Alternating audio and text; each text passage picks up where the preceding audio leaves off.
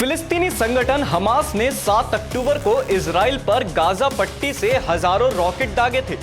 इसके बाद हमास लड़ाकों ने सीमावर्ती इलाकों में घुसकर कत्लेआम मचाया, सैकड़ों लोगों को बंधक बना लिया। जंग के शुरू से ही पूरी दुनिया की नजरें इस पर टिकी हुई हैं। इजराइल और हमास दोनों ही हार मानने के लिए तैयार नहीं हैं। युद्ध के बीच एक दस्तावेज लीक होने के बाद से हड़कंप मच गया है। दस्तावेज जैसे ही लीक हुआ उसके बाद से भारी विवाद खड़ा हो गया है।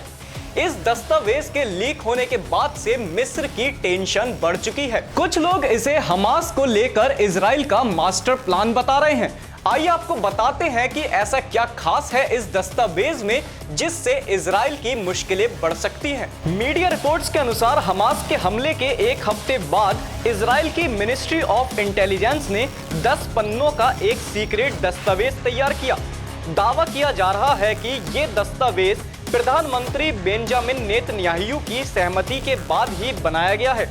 इस योजना में गाजा की फिलिस्तीनी आबादी को मिस्र के सिनाई में भेजने की बात कही गई है। इस दस्तावेज में इजराइल के हमास को लेकर इजराइल के एक्शन प्लान का भी जिक्र होने का दावा किया जा रहा है। इसमें बताया गया है कि कैसे इजराइल गाजा में जमीनी अभियान शुरू करने से पहले गाजा के लोगों को दक्षिणी गाजा जाने का निर्देश देगा, और इजराइल ने ऐसा किया भी। इन दस्तावेजों के अनुसार सिनाई भेजे जाने की बात पर इजरायली सेना उत्तरी गाजा से ऑपरेशन शुरू कर दक्षिणी गाजा की ओर बढ़ेगी। इसमें सैन्य ऑपरेशन के दौरान दक्षिणी गाजा से लगने वाले मिस्र के राफा क्रॉसिंग पॉइंट को खाली रखने के निर्देश दिए गए हैं। ऐसा इसलिए ताकि लोग आसानी से उधर जा सकें। मिस्र के सिनाई के उत्तरी इलाके में तंबुओं की बस्तियां और शहर बसाए जाएं, ताकि फिलिस्तीनी आबादी को वहां रखा जा सके।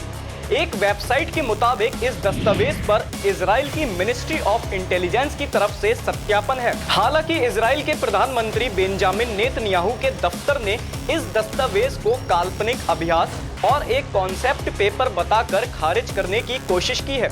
लेकिन इस दस्तावेज के सामने आने के बाद फिलिस्तीन और मिस्र की सरकार ने इसकी कड़ी आलोचना की है। एक तरफ दावा किया जा रहा है कि ये दस्तावेज इजराइल के मिनिस्ट्री ऑफ इंटेलिजेंस ने जारी किए हैं, तो वहीं दूसरी ओर इजराइल के प्रधानमंत्री बेंजामिन नेतन्याहू के दफ्तर ने इसे एक सिरे से खारिज कर दिया है।